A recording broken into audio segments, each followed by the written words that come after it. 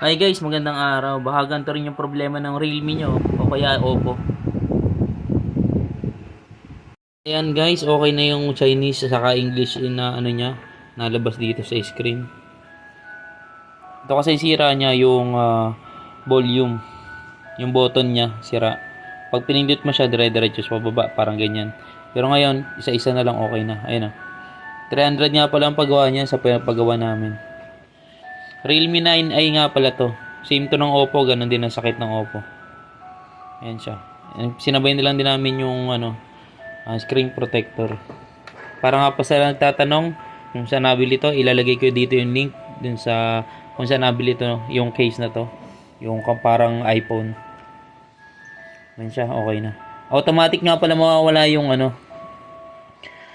incheck saka yung English na yon yung setup na nalabas dito. Pag naayos na yung button.